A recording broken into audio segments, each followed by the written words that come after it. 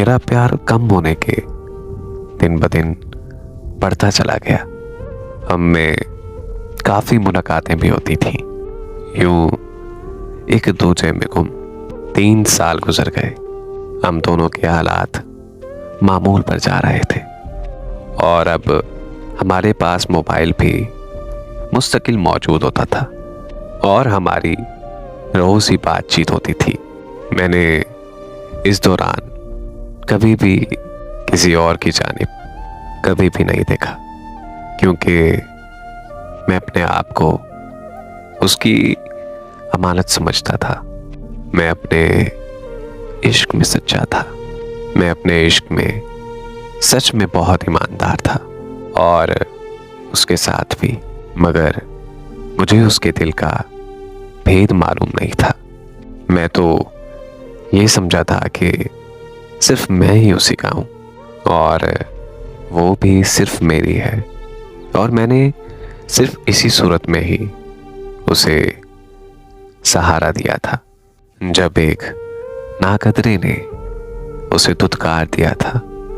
तब मैंने उसके टूटे बिखरे वजूद को समेट लिया था और अपनी बेलौस मोहब्बत के समंदर में सैराब कर दिया उसे कि वो अपने ठुकराए जाने का गम भूल जाए। मैंने सिर्फ उसे प्यार नहीं किया था, बल्कि मैंने उसे टूट कर चाहा था। यूं समझ लें कि मैंने पूजा की थी उसकी। लेकिन मैं कुछ दिनों से वाज़े तौर पर महसूस कर रहा था कि उसकी बातों में वो गर्मजोशी नहीं रही जिसका मैं मुकम्मल तौर पर आदी हो चुका था। अब वो पहले की तरह रोज़ाना फ़ोन पर घंटों घंटों बात नहीं करती थी। उसकी फ़ोन कॉल में गैप आना शुरू हो गया। अब वो सिर्फ 1 हफ्ते बाद कॉल करती थी। मैं बेचैन और बेकल सा रहने लगा। पहले तो मुझे गुमान गुजरा कि हो सकता है वो कहीं और मसरूफ़ हो, मगर मेरे आने वाले वक्त ने उस गुमान को गलत साबित कर दिया। वो मुकम्मल तौर पर बदल चुकी थी मुझसे और मुझे खबर भी ना हो सकी। उसका आफान उसके पास वापस लौट आया। वही धोखेबाज, दगाबाज, वो शख्स जो उसे तन्हा छोड़कर चला गया, एक बार फिर से उसकी जिंदगी में वापस लौट आया।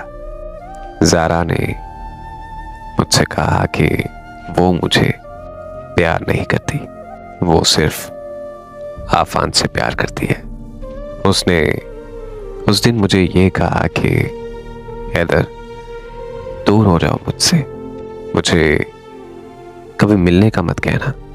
और यहाँ तक उसने मुझे ये भी कहा कि आइंदा के बाद मुझसे बात करने की कोशिश मत करना। और आज से मेरा पीछा मुकम्मल तौर पर छोड़ दो। मैं उसकी ये बातें सुनकर दंग रह गया। उसकी ये बातें सुनते ही मेरे पैरों तले जमीन निकल गई। मुझे यकीन नहीं हो रहा था कि वो मुझसे इतनी आसानी से दामन छुड़ा लेगी। उस वक्त मुझे कुछ समझ नहीं आ रहा था और मैं पागल सा हो गया था।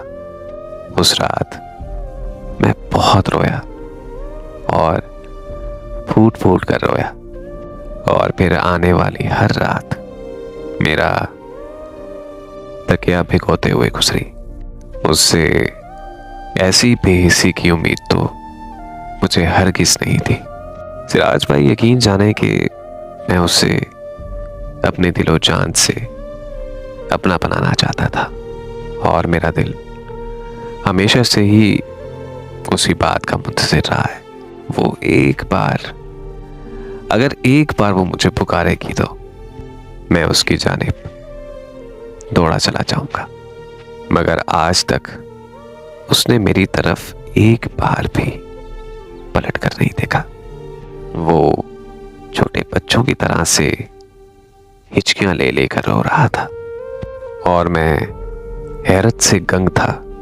वफा करना तो हमेशा से ही औरत ने फर्ज समझा, मगर आज एक मर्द ने भी वफा परस्ती की मिसाल छोड़ दी।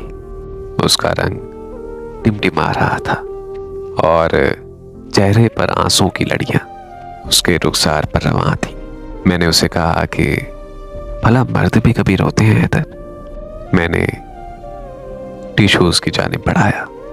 उसने वो टिश्यू शुक्रिया के साथ कबूल कर लिया। वो अपने आंसू साफ करता हुआ ऐसा मासूम बच्चा लग रहा था कि जिसका कोई बहुत ही अपना किसी मेले में हाथ थामे जा रहा हो और अचानक से वो अपनी आहिस्तगी से उंगली छुड़ाकर मेले में गुम हो गया हो। सिराज भाई, मैं दूसरे मर्दों का तो नहीं जानता, मगर मैं उसके लिए बहुत रोया हूं, उसके लिए बहुत तड़पा हूं। मैं हकीकत में उसे बहुत चाहता था। ना जाने उसने मेरा एतबार क्यों नहीं किया। वो उदासी से बोला, और वो लड़का जिसके पास वो वापस गई है, वो एक नंबर का फ्लैट इंसान है जिसकी और भी गर्लफ्रेंड्स हैं, मगर ज़ारा आंखें बंद करके उसके पीछे चली गई। मेरी वफा, मेरी मोहब्बत, मेरी कुर्बानियों को बस पुष्ट डालकर। सिराज भाई, मैंने पाकिस्तान भी इसी वजह से छोड़ा है। उसकी बेवफाई का वार बहुत गहरा था। उस दिल ने गम हिजरा के पौधे आबियारी अश्कों के सैलाब से की। जुदाई के दिन बहुत लंबे और रातें बहुत तवील हो चुकी थी। उसके संग गुजरे लम्हात मेरे दर्द का एहसास बढ़ा रहे थे। तो फिर मैं पाकिस्तान छोड़ छाड़ कर यहाँ आन बसा। हैदर, तुम देखना, वो एक दिन जरूर पछताएगी और तुम्हारी तरफ जरूर लौटेगी। मैं बोला कि तब तक बहुत देर हो चुकी होगी, मैं उसे दस्तयाब नहीं होऊंगा। वो टूटे बिखरे लहजे में बोला, बहुत बाहिम्मत हो यार, जहरे जुदाई पीना आसान नहीं होता मेरे यार। मैं दुख से बोला, हाँ वाकई आसान नहीं होता, लेकिन देख ले, मैं अब तक ये जहरे जुदाई पी रहा हूं। वो अपने बाजू में मुंह छुपाकर हिचकियों से रोने लगा। ये कह करके खुदा उसे हमेशा सलामत रखे।